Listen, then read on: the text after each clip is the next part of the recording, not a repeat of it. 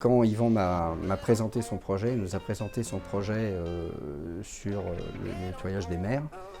Pour nous, c'était évident de participer à ce projet. Je pense qu'on est totalement dans nos valeurs pour s'inscrire dans ce type de projet.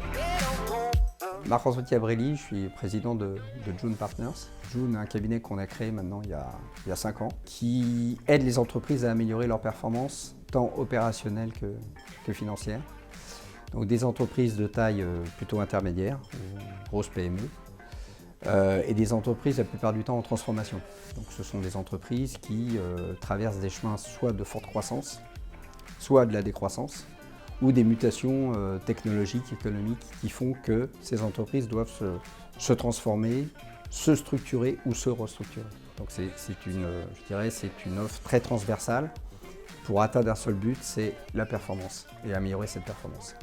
Nous, on se définit aujourd'hui comme des architectes bâtisseurs, c'est-à-dire qu'on construit et on pense à des organisations, mais surtout on les met en œuvre.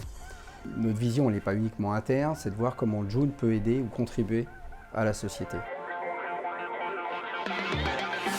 Alors pour nous, le projet CiCleaner n'est pas un projet uniquement du président ou des associés de l'entreprise, c'est un projet de toute l'équipe. Et l'idée, c'est d'aider nos collaborateurs à s'épanouir, tant sur leur vie professionnelle que personnelle, et d'avoir une contribution à l'individu pour l'aider dans sa démarche associative, ou au niveau de June, comme The CiCleaner. The CiCleaner est notre premier projet pour marquer cette contribution sociétale.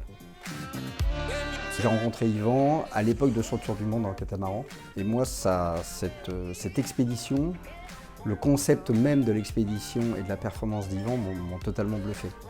Et très rapidement, j'ai trouvé un lien assez évident entre nos défis d'entreprise, qui sont moins risqués physiquement, personnellement, mais il y a des vrais défis de retournement d'entreprise, de sauvegarde de l'emploi par exemple, d'assurer la survie d'un outil de production et de l'industrie en France, parce que quand on parle de la survie de l'industrie en France, nous on en fait, on y participe. Et donc ce type de défi était pour moi évident, et je pense qu'on a des valeurs très communes à Yvan, c'est-à-dire la valeur de responsabilité, de partage.